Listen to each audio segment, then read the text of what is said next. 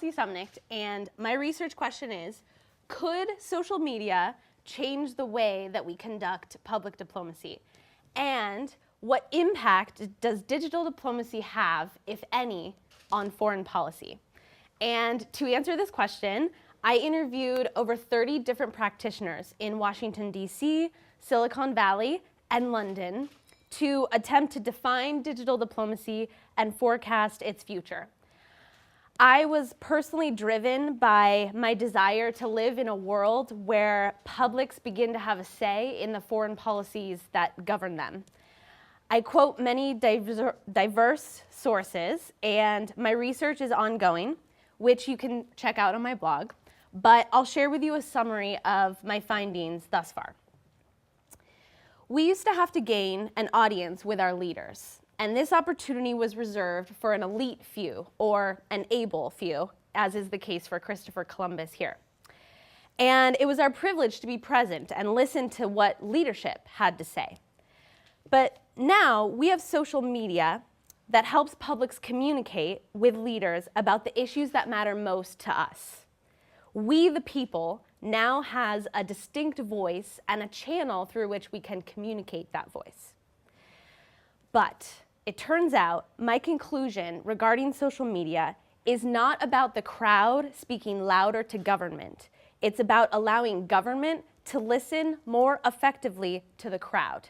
And we must change the way we think about social media, utilize its evaluation metrics, and use it as a supplemental tool to traditional public diplomacy. My interpretation of the goals of public diplomacy are to inform, to advocate, to listen, to connect, to engage, and in the best case scenario, public diplomacy builds capacity that enhances international relations and foreign policy implementation. Now, applying these goals to digital diplomacy presents us with some pros and cons. In other words, these are challenges that my research proves can be overcome. Skeptics say social media could be just as likely to strengthen authoritarian regimes as it is to weaken them.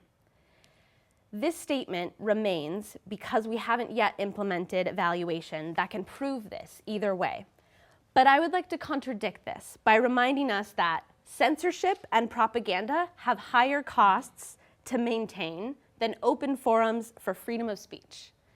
A great example occurred this February when China was pressured to address its environmental standards. The U.S. Embassy in Beijing operates its own pollution monitor, releasing hourly figures by Twitter. And in the past 2 years, citizens noticed large discrepancies between the official Chinese figures and the U.S. ones. Publics began to question whether the Chinese statistics had been falsified. With a constant digital presence now, organizations are forced to become more transparent and accountable. Without digital outreach like this, Beijing may not have taken emergency action, shutting down factories, and they took 1/3 of official cars off the road. Because of the U.S. Embassy broadcasting directly to foreign audiences, Beijing is now vowing to cut air pollution by 15% over the next 5 years. A very measurable thing, and that's what we need more in public diplomacy. And this is something that citizens may not have been able to do without the online forum. So the next con is that the true global reach of the internet is limited and access is selective in many countries. But as one of my favorite scholars, Clay Shirky, says, access to conversation is far more important than access to information, especially in a political sense. This is exemplified through the US's virtual embassy in Iran. Since, obviously, the United States does not have a presence physically on the ground in Tehran, it has a virtual embassy, which is headquartered on this website. It's actually shut down repeatedly by the Iranian internet authorities, but State Department officials like Alec Ross and Tara Sonnenschein have said that it's actually encouraging when this happens, because it means that Iranian publics are using this resource. And if it wasn't useful, it wouldn't be targeted. This virtual embassy is one of the only means U.S. diplomacy has to engage with Iranian publics. this digital presence presents an opportunity that traditional diplomacy otherwise wouldn't. However, skeptics would say that social media gives voice to those who are dramatic, who want to broadcast their extreme views. We've seen many examples of this. But I say social media is, in its fundamental nature, a culture of sharing and an enabler of two-way engagement and collaboration. And those extreme voices can be valuable if we let them be in the right ways. A dynamic example is that of U.S. Ambassador to Syria, Robert Ford, who has distinguished himself for his willingness to take personal risks as well as to deliver candid messages directly to the public. So as the civil war in Syria began to gain momentum in 2011, the ambassador engaged audiences by posting on his Facebook page. I quote, "While reviewing recent posts, I found several thoughtful comments by persons who are strongly critical of American policy. I respect that they ask hard questions and they deserve answers. This brings a human face to the authorities dealing with the civil war, and it could have enhanced U.S. soft power while decreasing others."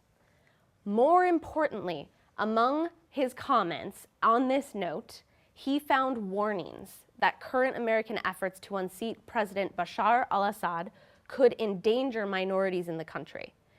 So by embracing the conversation on social media, Ambassador Ford helped to better organize the embassy's response plan. The ambassador invited criticism, but through analysis, he found valuable information that he may not have been otherwise able to find through traditional diplomacy. So given these three examples, how can we progress in digital diplomacy? We must exercise best practices, meaning, first, we utilize evaluation mechanisms. A campaign is only as successful as you can prove it to be. Social media metrics are currently vastly underused, as we saw in the Beijing case. A great example is I recently conducted website analytics and Facebook insights for the Center on Public Diplomacy, and it's helping them to see what topics are most discussed and where their strongest audiences are located. This is a screenshot for generic Facebook insights, so this is not CPD's data, just to note. Next, in best practices. As public diplomats, we cannot let social media stand alone. It's important to supplement it with events and genuine people-to-people engagement so that it is enhancing, not substituting for, diplomatic actions on the ground. And this is where the well-rounded diplomacy was missing in the Iran case, because it's only one-sided with the virtual embassy, the website.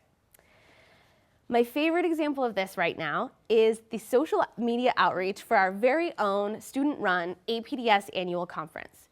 We reached completely new audiences worldwide with 34 new followers in just one day, 635 tweets with our own hashtag, and 400 views with our live web stream. But it was entirely rooted in our person-to-person programming here on campus. Finally, it's necessary to develop individualized best practices. The most effective way to engage is specialized messaging, and the best people to develop that are us, the diplomatic teams on the ground, who will know their audiences in a multifaceted way, just like Ambassador Ford showed us in Syria. This means integrating the practices of social media into how we train our diplomats in strategic communications. It also means recognizing that there is a clear digital divide between those who are equipped with and fluent in digital media, not only a generational gap, but a developmental one. But the digital diplomacy horizon is one where we can see everyone will be connected by one digital network or another.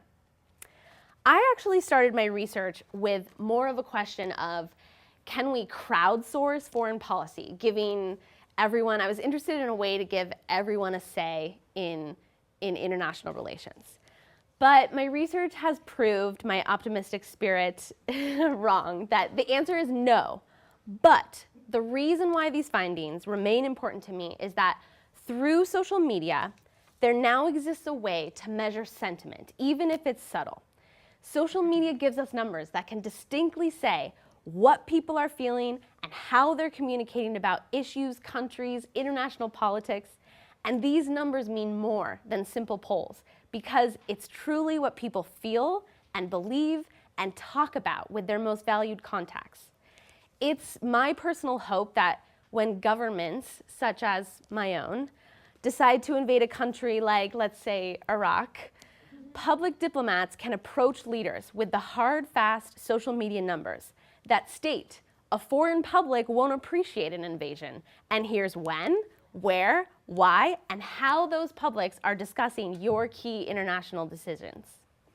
In conclusion, my call to action is one that involves recognizing the strengths and weaknesses of social media and using social media as a supplementary tool in public diplomacy. If we want to live in a world where publics start to have a say in the foreign policies that govern them, it's time to embrace social media evaluation mechanisms that can provide us with tools to change the way we conduct engagement.